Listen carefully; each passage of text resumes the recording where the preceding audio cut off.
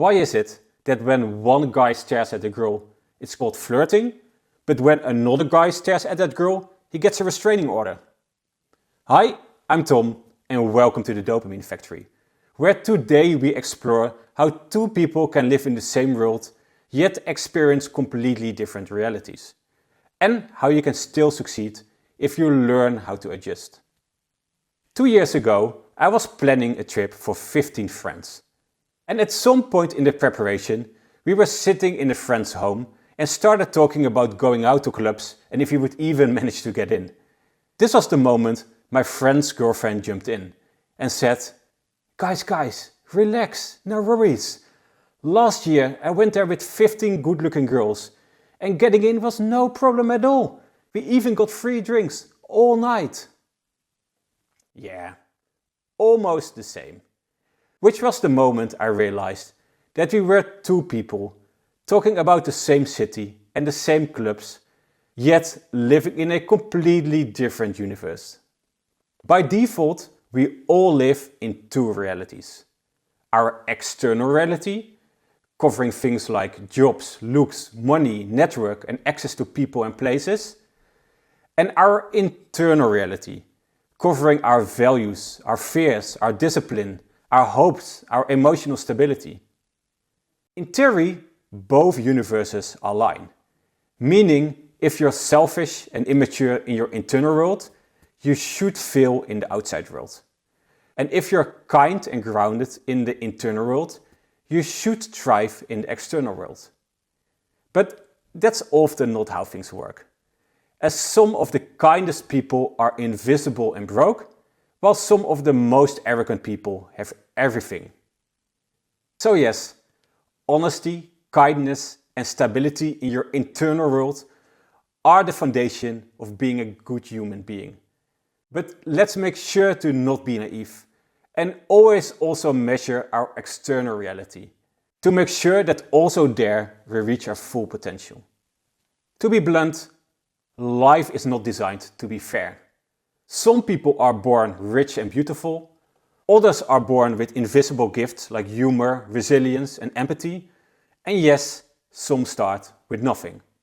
The good news, almost everything in life can be learned. But here's the catch. Growth requires radical honest self-reflection, which might mean admitting that maybe you're not as smart, beautiful or special as you thought you were. Most guys grew up thinking that we are the greatest catch of the universe. Fueled by the love of our mutti, we believe that we are the smartest, most brilliant guys that has ever existed. Until we grow older and reality hits. On Tinder, we barely get matches. In real life, we barely get dates. And meanwhile, we watch others, even the ones that we secretly rank below us, getting all the girls. Now, at that point, the logical move would be to admit, maybe I'm not as brilliant as I thought. Maybe I could actually improve. But no. That's not what many guys do. Instead, they start blaming the dating apps, the algorithm, modern women, society. You can say everything but themselves. And here's the crazy part, speaking from experience. Many guys' ego is so fragile that they would rather suffer through years of rejection, staying in their own little fantasy world, than to let one good friend look at their profile and say, dude, your pictures suck, let's fix them. Feedback that could literally save them years of frustration in a single afternoon. We as humans are terrible at judging ourselves. Ask 5 friends to pick your best photos and they will never choose the same ones you would. And that's exactly why you need their perspectives. My own crash course into the world of guys who actually get girls came when I finally had the guts to ask some women to rate me. And they didn't hold back. Tom, overall, a 6. You dress like a high schooler, you should hit the gym more often, and your Tinder pictures? Awful. Ouch. But honestly, it was the best feedback I've ever received. Because here's the twist. The same people who roasted me were also the people that were willing to help me grow. So they dragged me into clothing stores to get better clothes. They picked my new profile pictures to get more dates. And they actually also explained how girls actually think. And within months, my results flipped from 0 matches in a year to multiple matches a day. The number one excuse people use to stay stuck is, "That's just who I am. Take it or leave it." Which is, honestly, one of the biggest lies in human history. Because our identity isn't fixed. It's built by our actions, habits, and choices. Every day. Imagine you would be saying at the age of 3, reading, talking, "Nah, that's not who I am. People should just accept me." You would still be drawing in a stroller. The same logic applies today. The truth is, if you want a girlfriend, you need to learn how to talk to girls. If you want a dream job, you need to learn how to sell yourself. And if you want to get in a club with 15 guys, you need a strategy to get in. And none of this comes for free. It takes trial, error, and discomfort. Developing yourself is a choice.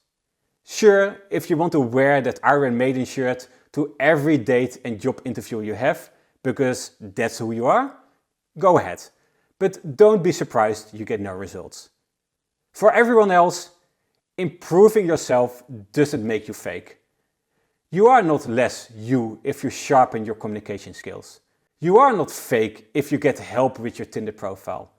You are not selling out on yourself if you learn how to dress for the occasion. Done correctly, these changes don't cover up who you really are. They finally let the outside world see the best version of you. Because life isn't fair. People really do live in different realities. But with the right strategy, you can still win. The key to success? Accept reality, drop your ego, get help, and grow. Not just to thrive in your own world, but also to succeed in the world of others. So, what was the last time you felt like living in a totally different reality? And what did you do to still get what you wanted?